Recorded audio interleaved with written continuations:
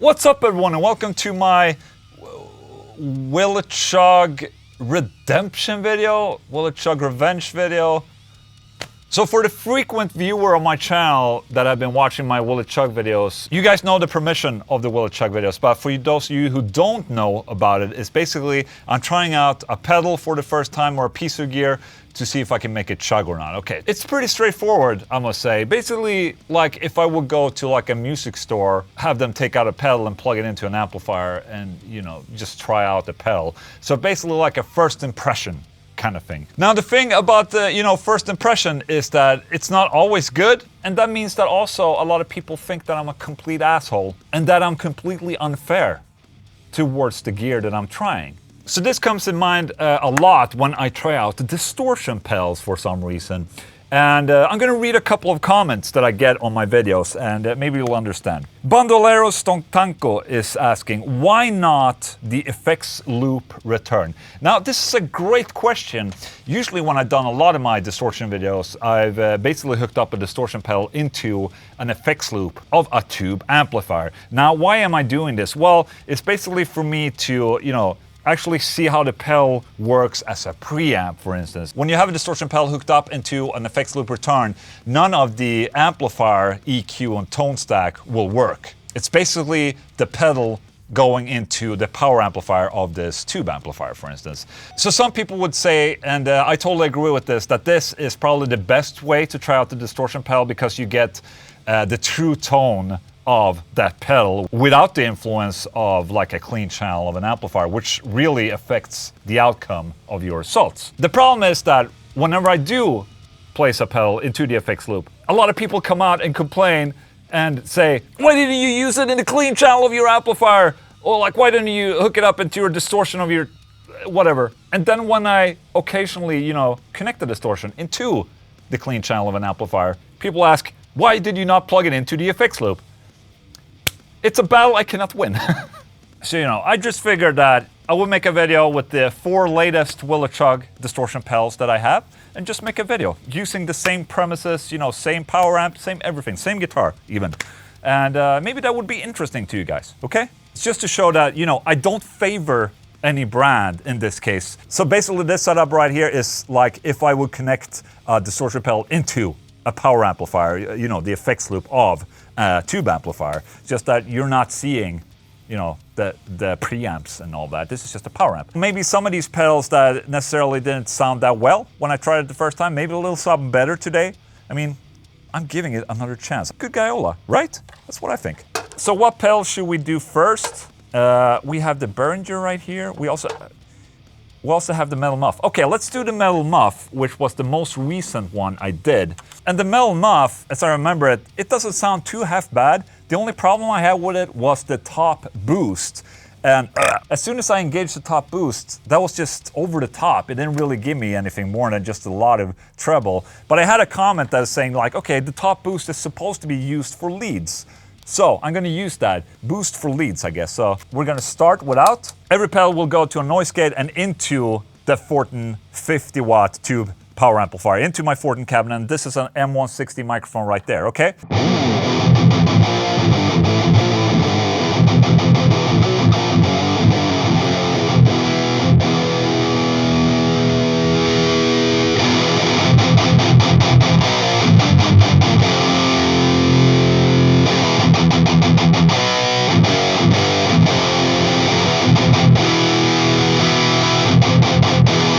It doesn't sound too bad, to be honest.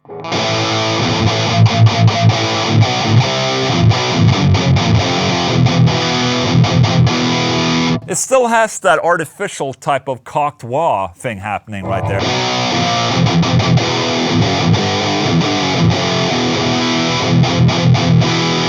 Okay, let's engage the top boost. See if I can pull out some leads.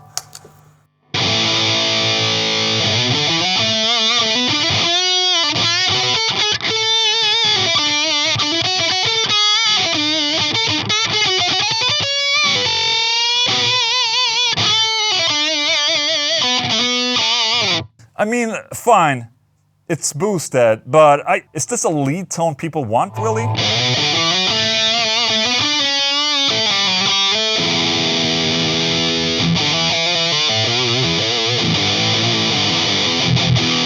I mean, I would understand if you had a mid push for lead sounds, but just have a treble push like this?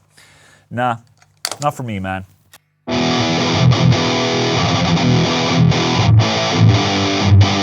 Going back to this sound now, it sounds so dull.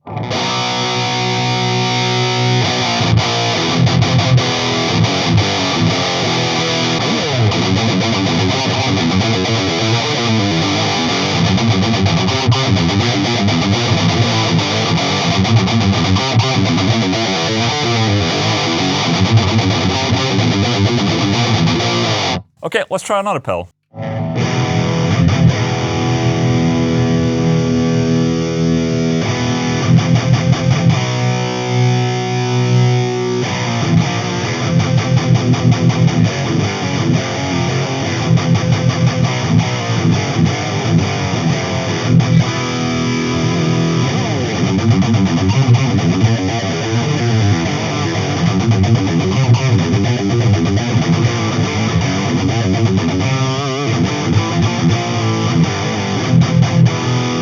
So when I tried this pedal, this is probably one of the few pedals that made me chug straight away after just engaging it. It's a really good pedal, but it's not as good as I remember it to be now when I'm plugging into this.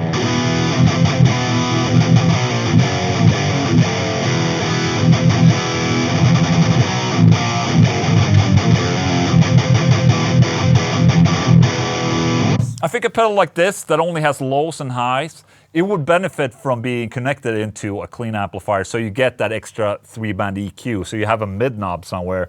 The Muff, it does have a full 3-band EQ, so you can get away with that, but on this one you have low and high, so you can't really dial in the mids that much. You have to kind of turn down the lows and the highs to kind of counteract that.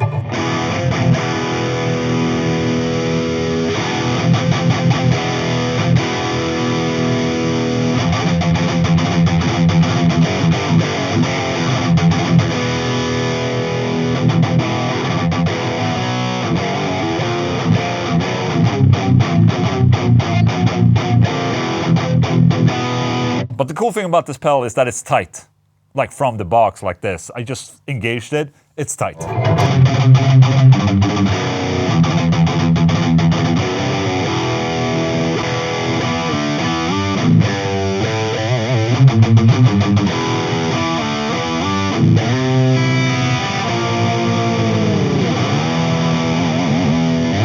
Okay, cool, that's the Boss Distortion DS1X. Okay, let's plug in the Engl Powerball pedal. I wasn't too happy with this pedal when I played it in my demo. And in the video, I actually said that, you know, maybe there's something wrong with me why I'm not happy with this pedal. I told Engl to kind of, you know, let me know if I'm sucking or if it's the pedal.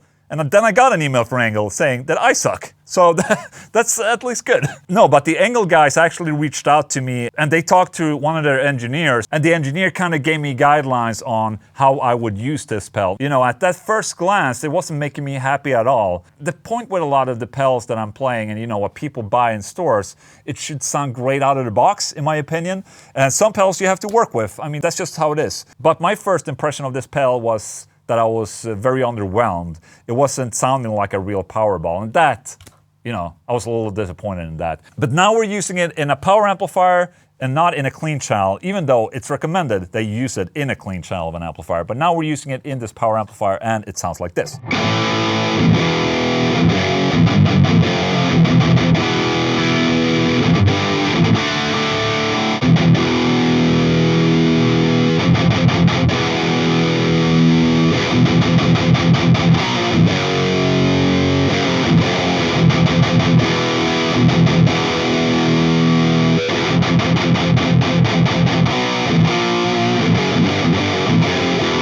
So what they said to me is that because the EQ being active, that, you know, I should tame the bass and, you know, engage a little bit more treble.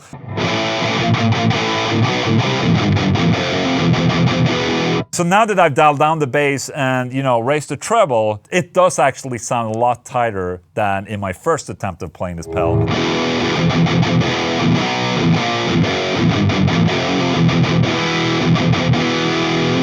But in this power amplifier setup, I don't think this is a good option right here. Because now when I've dialed down the bass so much, you know, I lose a lot of bass. So that's probably why you will want it to be hooked up into a clean channel of an amplifier, so you have that extra equalizer on the amplifier. You know, I can adjust the depth a little bit on the power amplifier.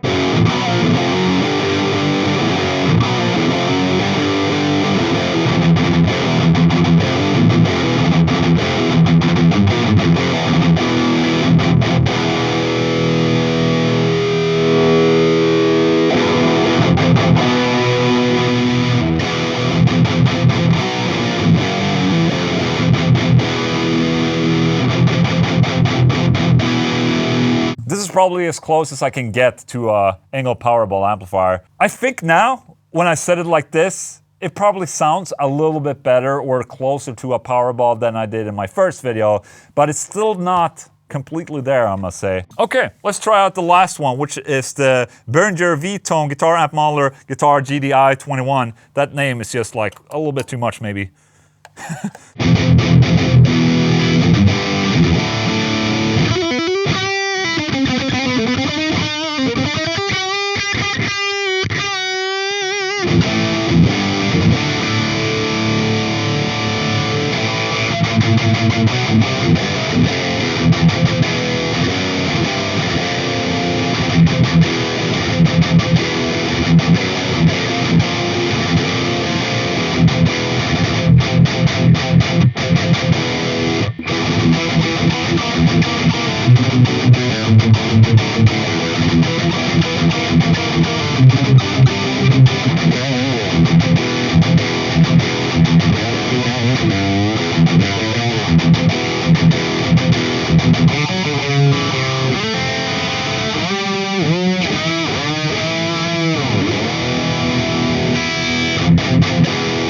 Now this is really interesting. This Behringer pedal has some sort of impulse response or IR or speaker simulator on the output that you can change using this microphone thing right here.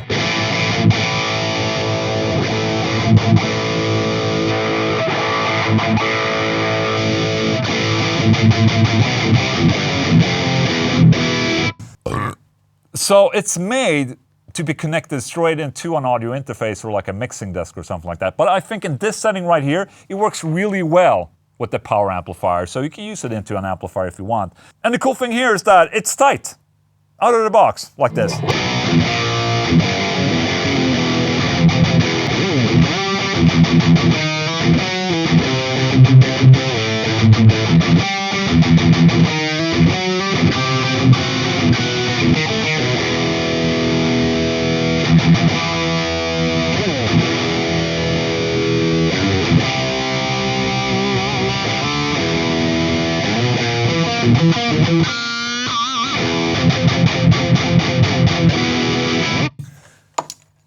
So let's make a quick recap.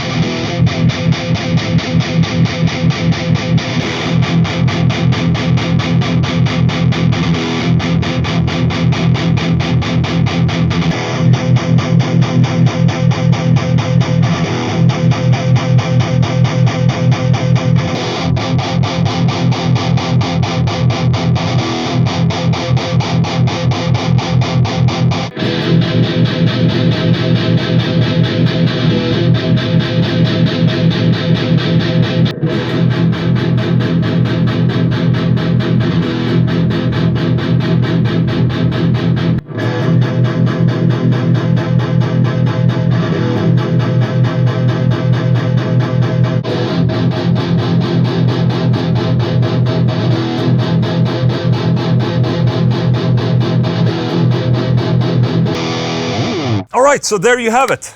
So what did you think about these?